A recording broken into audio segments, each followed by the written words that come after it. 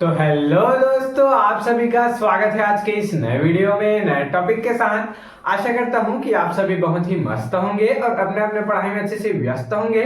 तो चलिए इस प्रकार से आज के इस प्यारे से लेक्चर में आज हम लोग 12th केमिस्ट्री के अंतर्गत विलयन के अंतर्गत क्या पढ़ने वाले हैं। आदर्श विलयन क्या होता है और अनादर्श विलयन क्या होता है, इसके बारे में संपूर्ण जानकारी इसके लक्षण सहित अर्थात इसके गुण सहित आपको देने वाले हैं।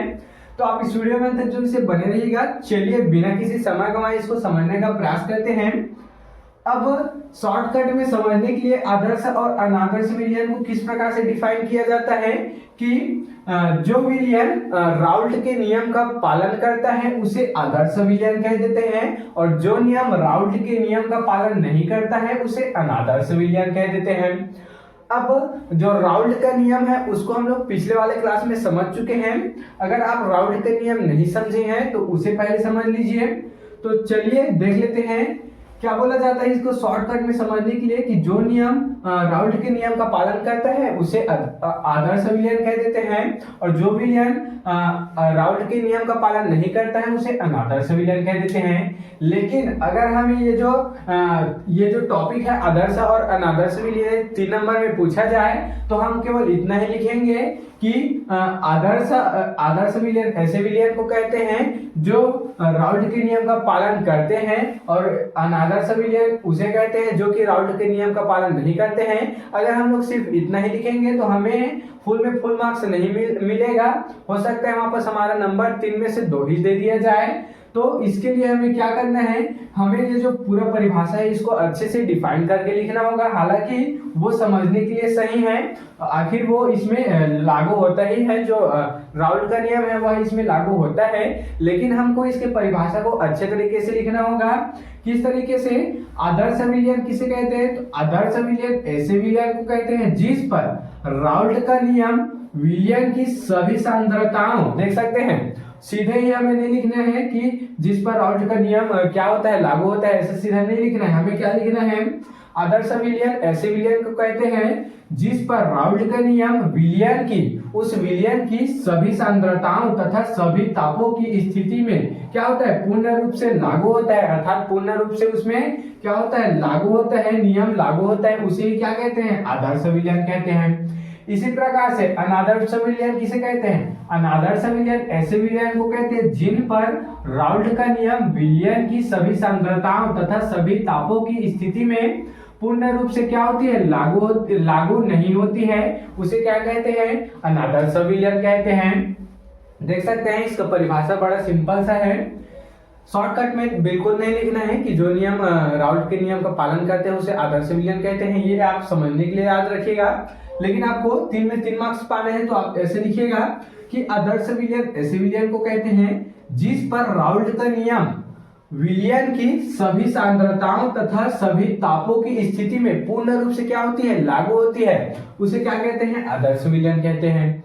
अनादर्श विलयन जस्ट अपोजिट हो जाएगा, लागू नहीं होता है। अर्थात अनादर्श विलयन ऐसे विलयन को कहते हैं जिन पर राउल्ट का नियम विलयन की सभी सांद्रताओं पर अर्थात उसी विलयन की सभी सांद्रताओं तथा सभी तापों पर क्या होते हैं, पूर्ण रूप से लागू नहीं होता है, उसे ही क्या कहते हैं? अनादर्श विलयन यहाँ पर कह दिया जाता है। आशा करता हूं कि दोनों आपको क्लियर हो गया होगा कि आदर्श विलयन क्या है, अनादर्श विलयन क्या है। चलिए इसके लक्षण को देख लेते हैं। इसके कुछ लक्षण होते हैं। लक्षण अर्थात क्या हो गया, गुण हो गया, इसको गुण भी बोल दिया जाता है। तो इसके लक्षण अर्थात गुण को देख लेते हैं। तो सबसे पहले यहाँ पर क्या हो जाएगा, सबसे पहले तो इसी में क्लियर है कि ये जो आदर्श विलयन है वो क्या करेगा, राउल्ट के नियम का पालन करता है। तो सबसे पहले यह राउल्ट के नियम का क्या करता है, यहाँ पर पालन करता है, पालन करता है।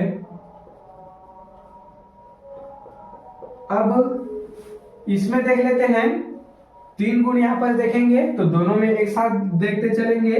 तो इसका पहला गुण क्या हो जाएगा, इसका पहला जो गुण है वह क्या हो जाएगा, यहाँ पर देख सकते हैं। इसमें क्या था, इसमें यह राउल्ट के नियम का पालन कर रहा है और इसमें क्या हो जाएगा, यह राउल्ट के नियम का पालन नहीं करता है। यह राउल्ट के नियम का पालन नहीं करता है। देख सकते हैं सबसे पहले इसका गुण अर्थात लक्षण नहीं हो जाएगा कि आदर्श विलियम राउल्ट के नियम का पालन करता है, अनादर्श विलियम राउल्ट के नियम का पालन नहीं करता। अब आदर्श विलियन में दूसरा देख लेते हैं। आदर्श विलियन में दूसरा क्या हो जाएगा यहाँ पर, इसमें क्या हो जाएगा, इसके बनने से अर्थात आदर्श विलियन के बनने से इसके आयतन और एंथैल्पी में परिवर्तन नहीं होता है और अनादर्श विलियन के बनने से उसके आयतन और एंथैल्पी में परिवर्तन हो जाता है। तो चलिए उसको दूसरा गुण लिख लेते हैं। इसके बनने से यहां पर लिख देते हैं, इसके बनने से आयतन व एंथैल्पी में परिवर्तन, एंथैल्पी में परिवर्तन नहीं होता है।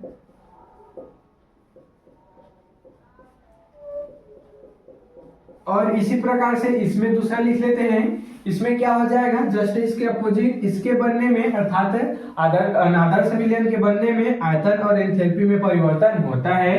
तो इसके बनने में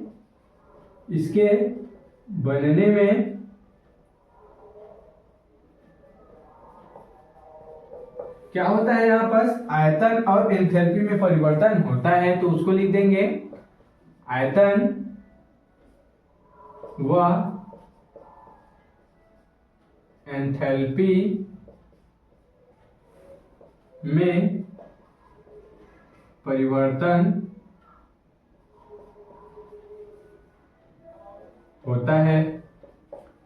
तो इस प्रकार से इसका दूसरा गुण भी लिख लिए। अब यहाँ पर तीसरा क्या देख सकते हैं हम लोग, यहाँ पर तीसरा क्या देख सकते हैं, इसमें ऊर्जा न तो अवशोषित होती है न ही उत्सर्जित होती है। अर्थात जब हम लोग आदर्श विलियन को बनाते हैं तो इसके लिए न ही ऊर्जा की आवश्यकता होती है, न ही ऊर्जा इसमें क्या होता है, बाहर भी नहीं जाता है। अर्थात न अवशोषित होती है न उत्सर्जित होती है, न किसी से लिया जाता है न किसी को दिया जाता है। तो उसको लिख लेते हैं, इसमें ऊर्जा न तो क्या होती है, अवशोषित, न तो अवशोषित होती है, और लिख देंगे और न ही उत्सर्जित होती है। देख सकते हैं इस प्रकार से इसमें लिख दिए।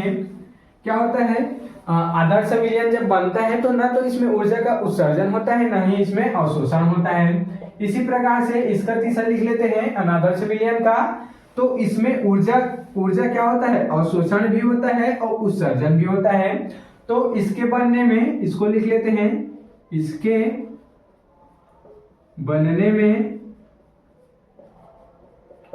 ऊर्जा का अवशोषण व उत्सर्जन दोनों होता है। ऐसे लिख लेते हैं, अवशोषण व उत्सर्जन दोनों होता है। तो देख सकते हैं इस प्रकार से इसके तीन गुण को भी हम लोग बहुत ही आसानी तरीके से यहाँ पर डिफाइन कर चुके हैं। क्या होता है, जस्ट अपोजिट है, एक बार ध्यान देंगे। आदर्श विलियन ऐसे विलियन को कहते हैं जो कि विलियन की सभी सांद्रताओं में तथा सभी तापों में क्या करता है, राउल्ट के नियम का पालन करता है, उसे आदर्श विलियन कहते हैं। और अनादर्श विलियन जो कि विलियन की सभी सांद्रताओं तथा सभी तापों में क्या करता है, राउल्ट के नियम का लागू नहीं करता है, अर्थात उसका पालन नहीं करता है, अनादर्श विलियन कह दिया जाता है। इसमें क्या है, यह राउल्ट के नियम का पालन करता है। पहले यहाँ पर हो गया गुण, दूसरा क्या हो गया, इसके बनने में आयतन और एंथैल्पी में क्या नहीं होता है, परिवर्तन नहीं होता है। और इसमें क्या हो गया, इसमें ऊर्जा न तो अवशोषित होती है न तो क्या होती है, उत्सर्जित यहाँ पर होती है। इसके अपोजिट जस्ट यह गुण है, देख सकते हैं इसको। तो इस प्रकार से आज की इस प्यारे से लेक्चर में हम लोग आदर्श विलयन अनादर्श विलयन को बड़ी ही आसानी से क्लियर कर चुके हैं। आप इसके स्क्रीनशॉट यहाँ पर ले सकते हैं। तो आशा करता हूं कि आपको जो टॉपिक है आदर्श विलयन अनादर्श विलयन आसानी से क्लियर हो गया होगा। अगर आपको जो टॉपिक है समझ में आया होगा तो मेरे इस चैनल को जल्दी से सब्सक्राइब करके बेल वाले आइकन को दबाकर प्रेस कर लीजिएगा, ताकि आपको मेरी ऐसी अच्छी इंफॉर्मेटिव वीडियो की नोटिफिकेशन सबसे पहले आप तक ही पहुंचती रहे और आप 12th केमिस्ट्री की तैयारी अच्छे इंपॉर्टेंट टॉपिक के साथ कर पाए। तो चलिए फिर मिलते हैं किसी नेक्स्ट वीडियो में नए टॉपिक के साथ। तब तक के लिए जय हिंद, जय भारत।